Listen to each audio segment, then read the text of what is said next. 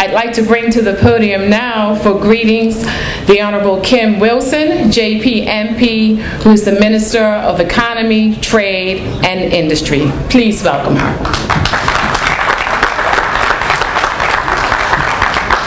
Good afternoon, everyone. Happy Labor Day to you all. Protocol having already been established, Madam Premier, Mr. President of the Union, Mr. Ferbert, colleagues, and you, the workers. I know it's a very hot day. It is Labor Day, so I promise I will not keep you long because there's a number of activities that we have planned for you today. Today is particularly significant for me as this marks my very first Labor Day as the minister responsible for labor. And oh, what a baptism by fire I've received. But yet I am thankful. I'm thankful because today is the day that we all come together to celebrate the contributions of all of the workers. Indeed, the ties that bind are stronger than the ties which divide us. Brothers and sisters, Labor Day is one of the best known and oldest celebrated holidays around the world. For over 100 years, the first Monday in September has included parades, family gatherings, picnics, and most importantly, a day off from work to celebrate the collective contributions of all our workers. You see, I don't have a problem with change, but let's celebrate with the workers today as we advocate for change in the meantime. And as we celebrate for today, let us not forget the individuals like the father of the labor movement, Dr. E.F. Gordon, the mother of the movement, Dr. Barbara Ball, other females such as Nelith Bailey, and other pioneers who have carried on their vision. Individuals like Brother Ottawell Simmons, my colleague, the Honorable Deputy Premier Derek Burgess, and my grandfather, Robert Austin Wilson, who blazed a trail for not only the Union, but in our own families as well. You see, it was my grandfather, the late Robert Austin Wilson, who was a trade unionist, who instilled in me the spirit of advocacy and a character of discipline, dedication, and commitment. It was at his feet where I came to understand the core principles of trade unionism. So brothers and sisters, when I consider this year's Labor Day theme, sustaining trade unionism, I recall the principles that our forefathers held very dear to them: pride in self, pride in workmanship, and equality amongst all men.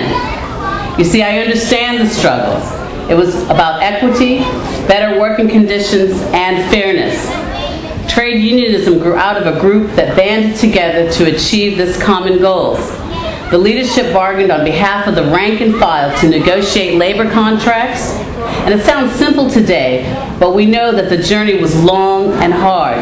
Battles were fought and won, and we sit here today as beneficiaries of their struggle. The question is, why was it so significant? Why was it so successful? And I submit today it was because it was relevant.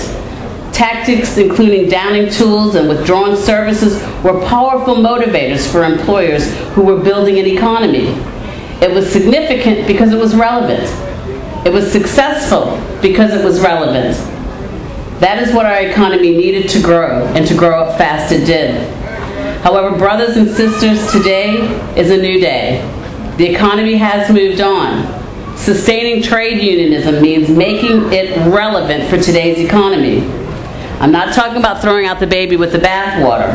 I'm talking about the core principles that the unions were established on. In this small 21 square miles, we need to rely on each other more than ever before as we climb the seemingly insurmountable hill. The times that we are in and living in have changed significantly.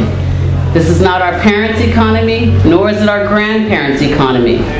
This is our economy and our workforce, and if we are to successfully navigate it and get people back to work, then we need to address the problems differently. We will need to be innovative and collaborative in our approach, setting aside egos and agendas for the common cause of supporting those members of our community who are facing hardships. Yes, indeed, the ties that bind are stronger than the ties which divide us.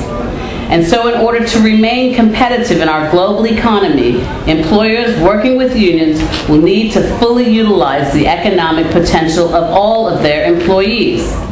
Those employers who fully invest in their employees by providing them with the skills that they need and empowering them to perform their jobs in the workplace will gain a competitive advantage and be better positioned to continue to provide employment.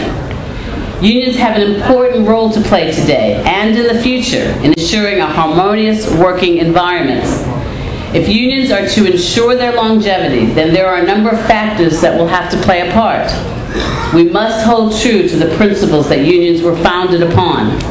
We must also recognize that labor relations should be conducted in a spirit of cooperation and mutual respect.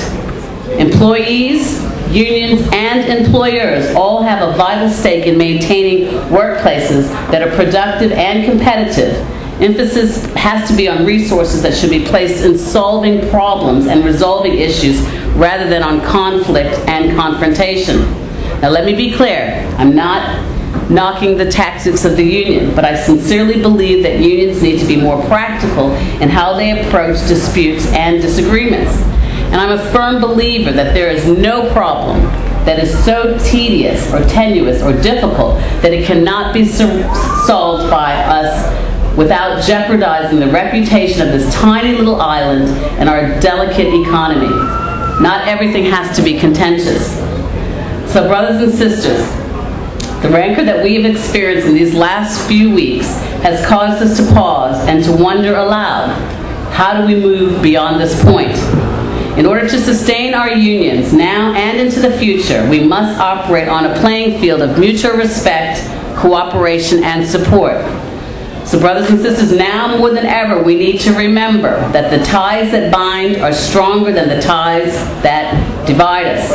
Our strength as a country is dependent upon all of us working together in an effective and productive manner. And finally, as I wind down my remarks today, I want to leave you with a few parting words as I think it relates specifically to today's celebrations. Samuel Gompers, who was the founder and president of the American Federation of Labor, once said, and I quote, "Labor Day differs in every essential way from other holidays of the year in any country. Labor Day is devoted to no man, living or dead, to no sect, no race or nation. The underlying philosophy is that the observance of Labor Day is dedicated to the social achievements and the economic achievements of you, the workers. It is a national tribute to the contributions you have made to the strength, prosperity, and the well-being of our country. Labor Day celebrates the joy and satisfaction that comes from hard work and the constant commitment, the sense of good job done, a day well spent, and the pride and accomplishment are also reflected in this celebration. We labor for the love of the job, the sense of satisfaction of work well done, and the commitment to make a better world for our children. I encourage you to go to your respective jobs and to give every ounce that you have. Take pride in what you are doing and where you go, and beyond and above, ensure that the customer is satisfied, that the economic engine churns, and that you have done your part to help your fellow Bermudians back to work.